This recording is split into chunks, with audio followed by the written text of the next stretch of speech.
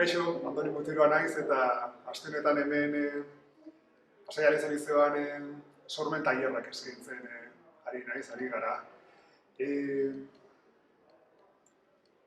Sormenerako gaitasuna denok daukagun zerbait da, baina askotan arrazoi ezberdinengatik gaitasun hori moztu egiten dugu. Ez dugu sinisten ahalmen hori daukagunik. Eta nolabait ere, tailer hauen bitartez lortu nahi duguna da ikasleek konektatzea berriz ere sormenerako gaitasun horrekin, denok daukagun gaitasun horrekin. Eta orduan nola antolatu dugu? Proposamen ezberdinak egiten dizkiegu. Ariketa ezberdinak proposatzen dizkiegu.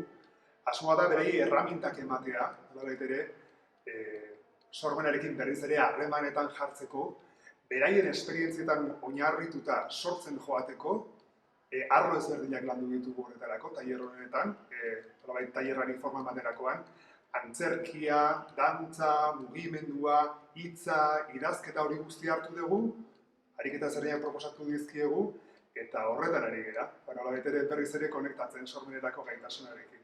Eta lortzen baldin badute, bakoitzak bere esparrua, baina lortzen baldin badu bere burua pixka bat hobeto ezagutzea, eta sormenarekin berriz ere konektatzea, gu pozek.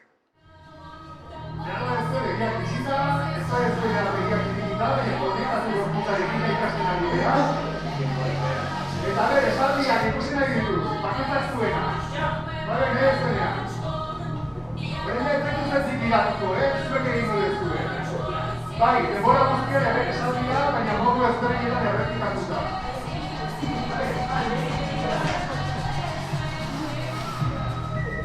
Nola esaldia poliki egitea, oso poliki egitea. Musikak lagun egiten dut.